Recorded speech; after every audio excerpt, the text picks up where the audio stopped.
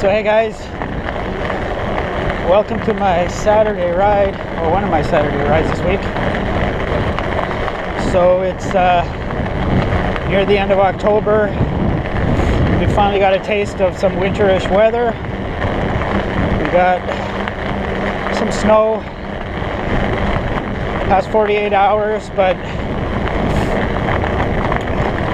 before that it was actually above average temperature-wise. Like last week, I actually wore shorts in the afternoon. I rode in shorts 3 times last week. So the ground is really warm.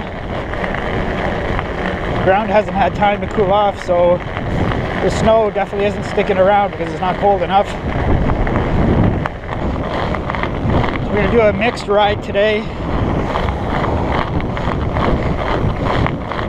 Some gravel road. We're going to climb what's considered climbing where I live. Climb to kind of a high point and then descend back down. That'll be a mix of pavement and gravel roads. And then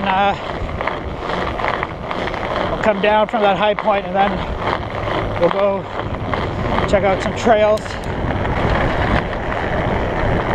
Just get my body and extremities used to colder temps because it's been above seasonal for a while. So Saturday we'll probably do 4 hours total today, but I'll do a 2-hour ride here and then probably go do a 2-hour night ride where we'll go ride trails.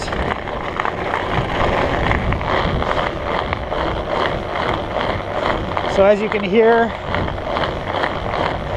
I'm running studded tires. Don't need them here in the city, but once we get out in the country, might actually need them. Because the area here, like we're right beside Lake Superior, and I've said before in videos that it's such a large body of water. It is a climate moderator. So in the summertime it keeps things cooler. In the wintertime it keeps things warmer because there's so much water. It takes a long time for it to heat up and a long time for it to cool down. So right now the lake is starting to have its moderating effect of keeping things warmer. So this snow initially started as rain, and then it got cold enough it turned to snow. But it's warmer around the lake, so everything's melted. Like as the crow flies, we're literally 2 kilometers from the shore of Lake Superior right now. But when you move away from Lake Superior, you actually start gaining a fair bit of elevation for the middle of Canada. Like this area is referred to as the hilliest part of Canada between the Laurentians in Quebec and the Rocky Mountains. So you do 2 things. You move away from Lake Superior and you gain elevation. So you just kind of have to get 10-15 kilometers outside of town. And this time of year usually they have way more snow, because if it was raining here initially, it was already snow up there, and the moderating effect is less, so the air temperature there should be colder. So where we're going, there might be more snow. There might be snow on the roads, so there could be ice.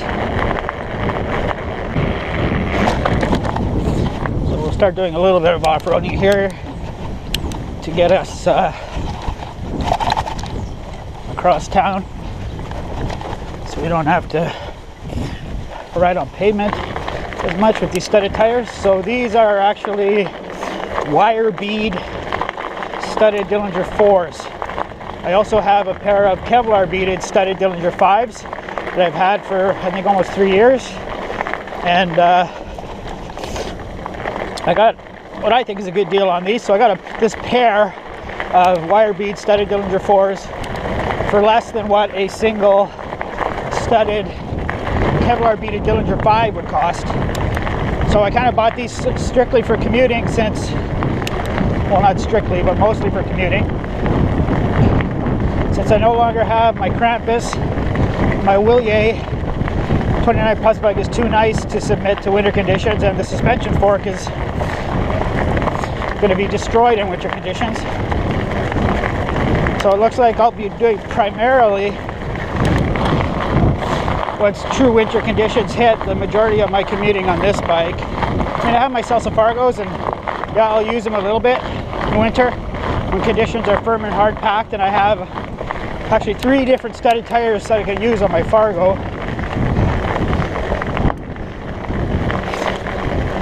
But what ends up happening is, my ride to work, you get a mix.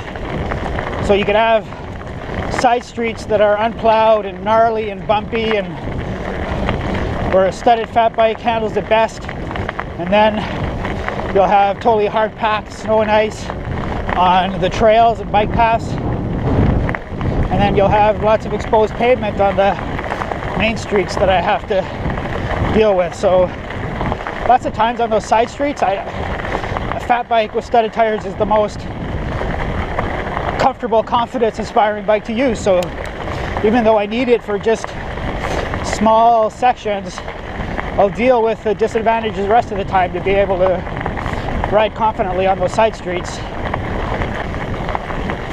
So these are Dillinger 4s, so essentially 4-inch mounted on a 100mm wide rim. I mean, the Moonlander and this rim, the 100mm clown shoe, was really designed for 4.8-inch tires. So it'll be interesting to see what these tires are like on such a wide rim. Right now I got them pumped up really high pressure because they're going to be on roads a large percentage of the time. But once we do get to the actual trail system that we're going to do the last quarter-ish of this ride, I'll need to lower the tires to a off-road air pressure. Don't really need it here because these trails are smooth, but where we're going, we're going to definitely have to lower the tire pressure. So it'll be interesting to see how that low tire pressure works with 100mm rims, 4-inch tire. So I'm impressed. I've seen 2 people with dogs, and they both had them on leashes. Usually it's like the Wild West in here. We're in the city, but people come in here and feel entitled that they don't have to have their dogs on leashes when there's signage pretty much every entrance that says you have to have your dog on a leash in here.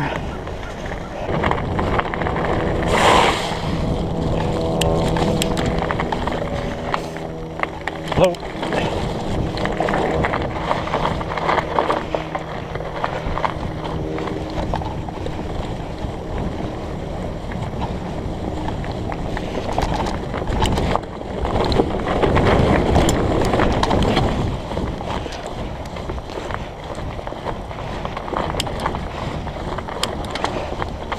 This bike feels great out of the saddle. Like the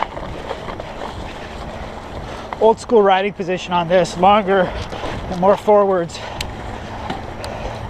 This bike feels great out of the saddle. My Willier feels not as good out of the saddle because it's the modern, slack, sitting upright further back. There's definitely good and bad to both.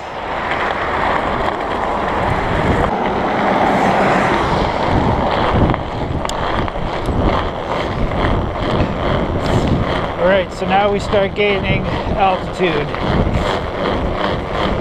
by Thunder Bay standards.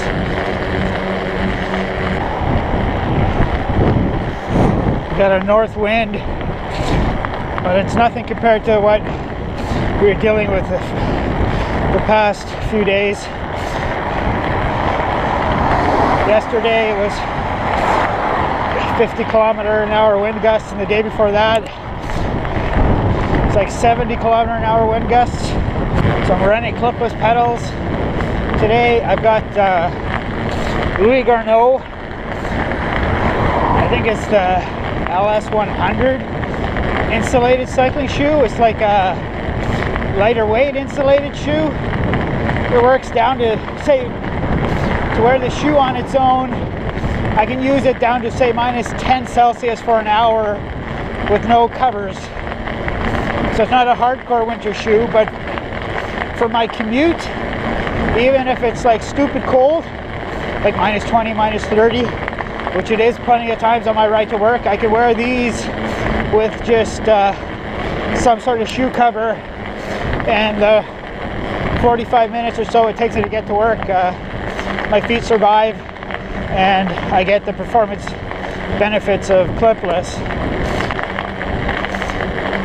So this road's been just recently repaved. It's a super fun road on a road bike. It's a good challenging amount of uphill and it's fun to hammer it, and then on the way back it's super fast on the way back. But there was a section a couple K long where the pavement was just atrocious. So on the way down it was really annoying because you actually had to avoid shit. But now it's been resurfaced. Beautiful new pavement. Hopefully they did a good job and the horrible winter conditions we get don't destroy it early. Okay, we're getting our first bit of gravel road. So we're crisscrossing our way up.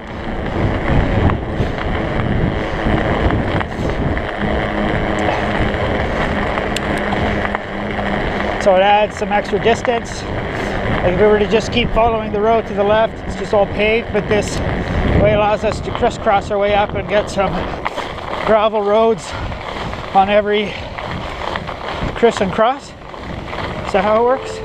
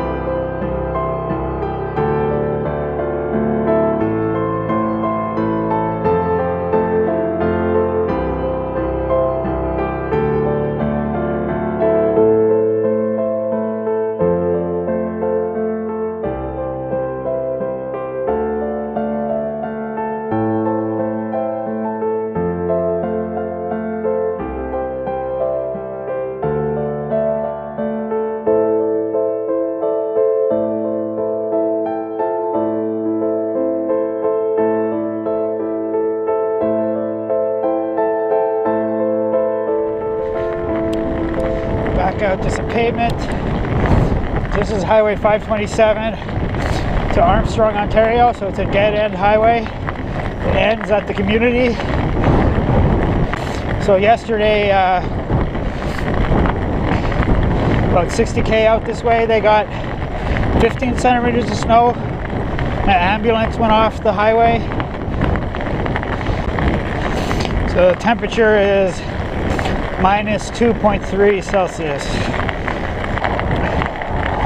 Now we're gaining more elevation.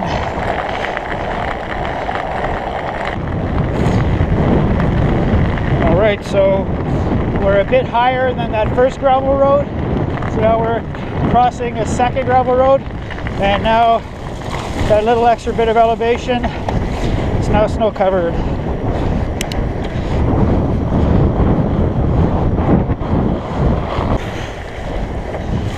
Keep an eye on this lens because it's going to get splashed with mud. Whoa.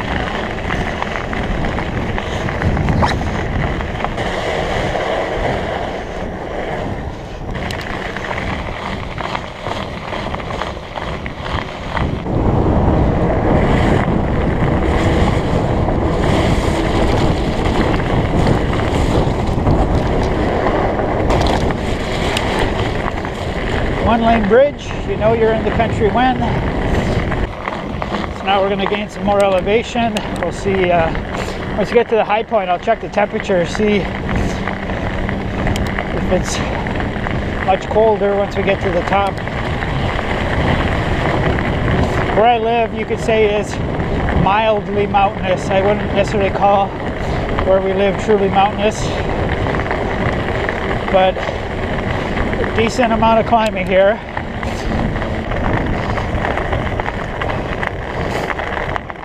So now we're getting further out country, away from Lake Superior, so now we're even getting snow encroaching on the road, even there. So temperatures are colder out here, and we're, as the crow flies, we're like maybe 10 kilometers from Lake Superior right now.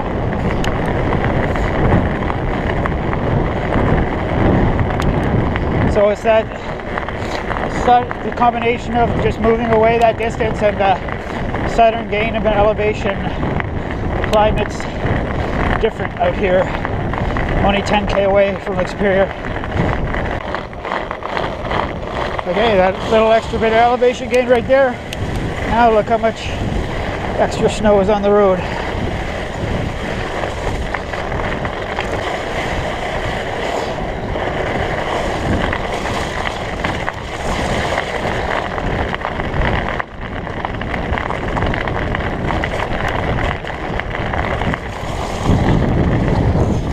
Picture, steep uphill. Hopefully nobody's coming up behind us.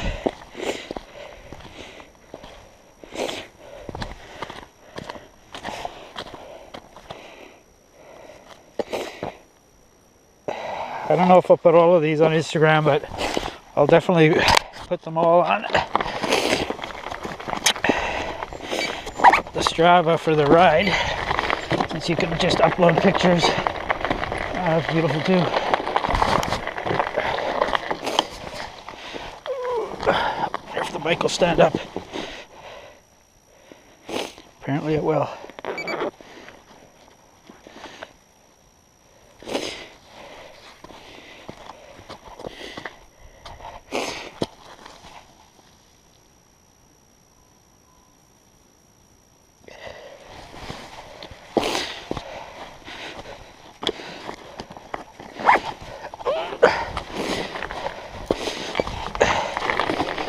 Workout quality of this ride is going down because of all this stopping, but no big deal. You know what? It's end of October. And relax a little bit, have some fun, and start building for next season.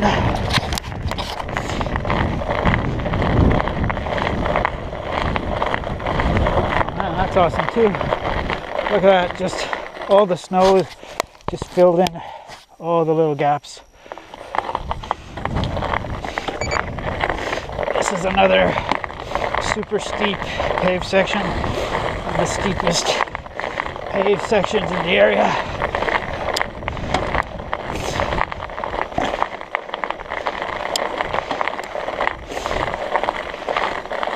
Probably 16%.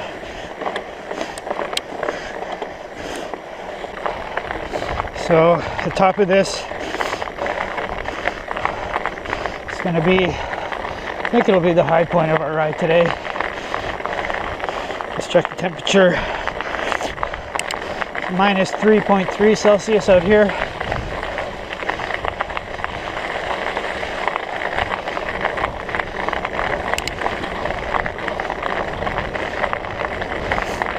So you know what, we're not actually going to go off-roading on this ride because we're doing a second ride tonight. That's going to be an off-road ride. So this is going to be basically pavement gravel road ride. So we're at our high point. We're going to go down along downhill, long for around here, gravel downhill, and then we're going to turn around, come back up, and there's another gravel road we can take. Add distance to this ride, and there's a little bit of climbing and some really fun downhilling on it.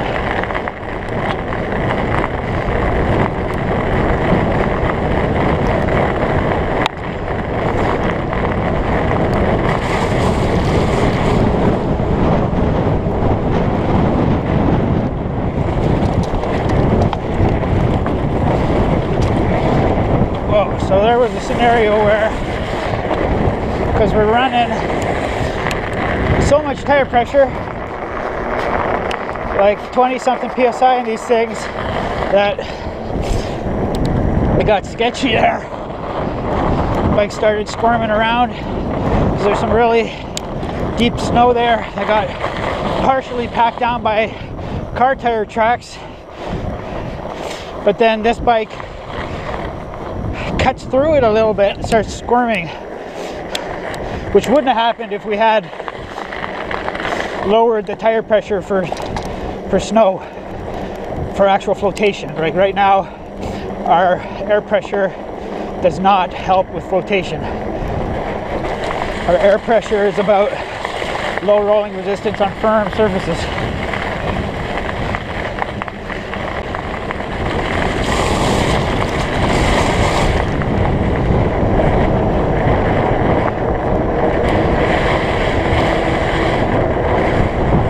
Got to be careful going down this because we might experience that again. I don't want to lower my tire pressure because we have still tons of pavement to deal with.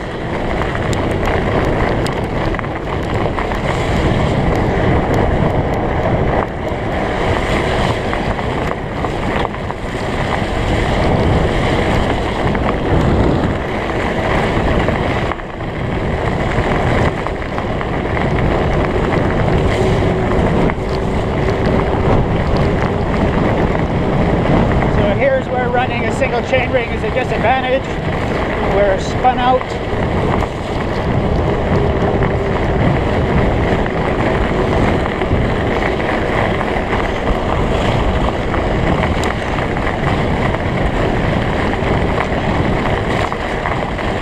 And we're also running, like I had 4.8 Surly Nards on this.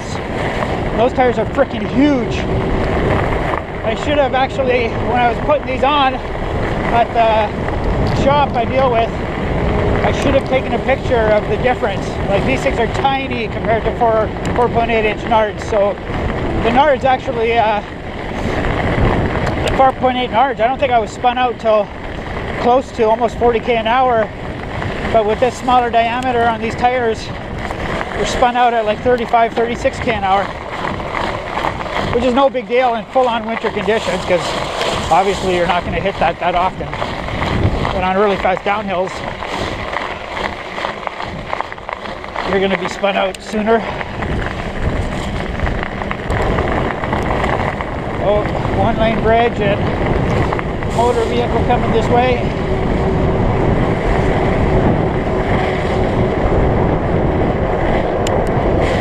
I got there first.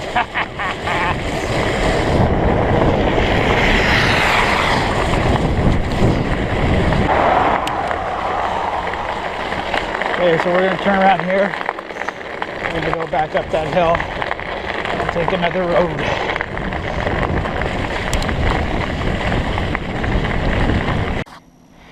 Okay, so first battery died. Only lasted about an hour. So I don't know if that's... I bought some new batteries last fall, I guess it was.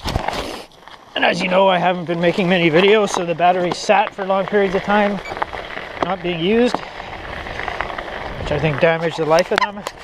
So I got a GoPro Hero 3 Plus. I got a couple older, I have a GoPro Hero 2, and then just a GoPro Hero HD, and yeah, I don't think I'm going to use those older cameras anymore. So I'm really interested in that new GoPro mechanical stabilizer. But of course it only works with the 4 or newer, so if I got one I'd still have to get another camera. My buddy has a Hero 5 Black that he said he'd sell me, but he didn't tell me the price. He doesn't use it that much. But then, so I'd have to buy some more batteries for that. And then that stabilizer is super cool, but the fatal flaw for vlogging is it has an internal battery. It says it's good for an hour 45 minutes. So once the battery dies on it, you're done.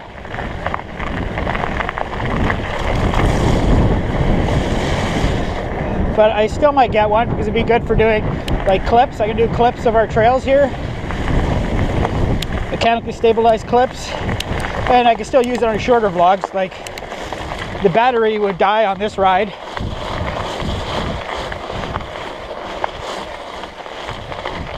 Because we'll be out for over 2 hours as it's going now. So we'll see. My car also needs a bunch of work. I need all new tires.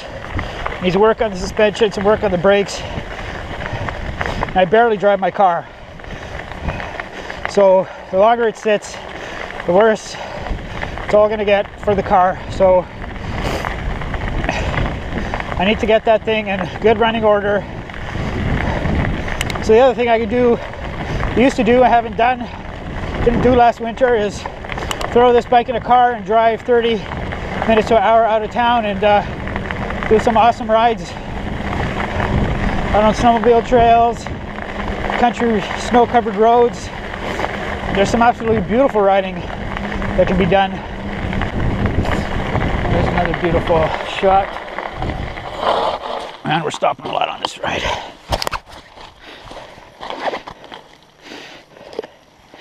Nice thing about that frame bag is it's keeping everything clean. My water bottle is staying clean. My phone is staying clean.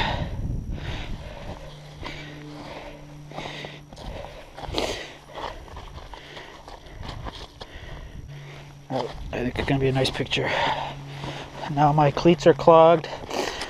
I have to unclog them. I'm using older, I think second generation Time pedals that still work with the new cleats. Notice they not as easy to get into with snow as the latest generation, which I have most of. Only have one pair of these older Times.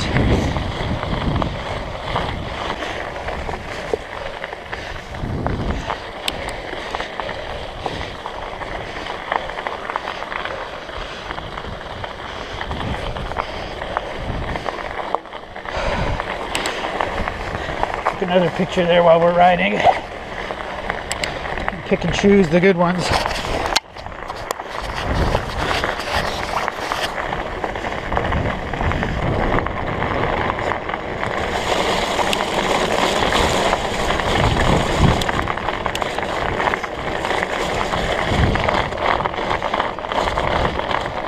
Alright, now we're on North Branch Road. I think now we even go higher than our previous high point.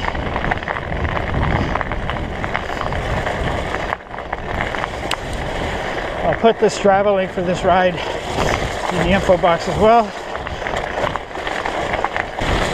You'll be able to see the ride elevation profile.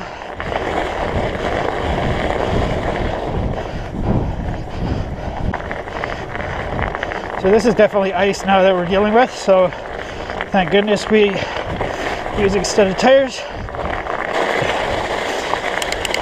And these 4s should grip better than the 5s because it's a narrower tire, so it'll put more pressure on the studs than my Dillinger 5s. I'll save my 5s for major snow where emphasis is on flotation.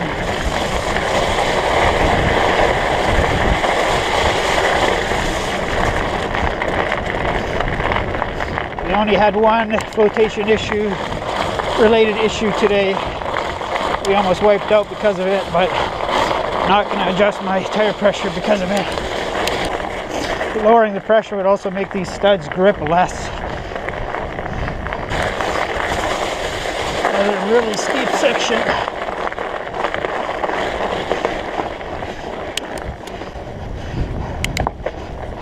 Now we're nearing the highest point, so now total winter wonderland up here.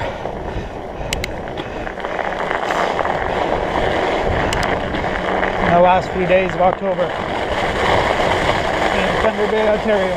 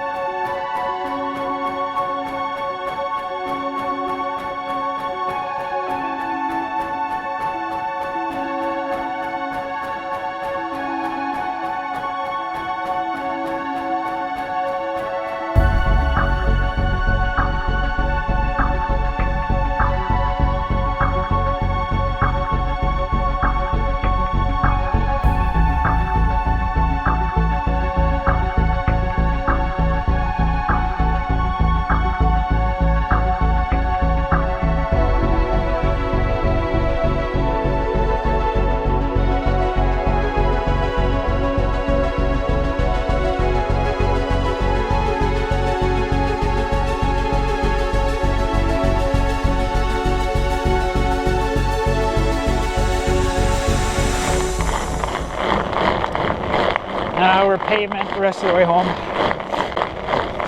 I'm actually starting to get cold. I've got basically got a shell jacket on, and I have like a heavier weight, mid to heavyweight long underwear top on, and over top of that I have a lightweight polypropylene top, and then over that I have a shell. What's the temperature now? Temperature is minus 4.5, so it's the coldest it's been on the ride. Try and get a picture of that.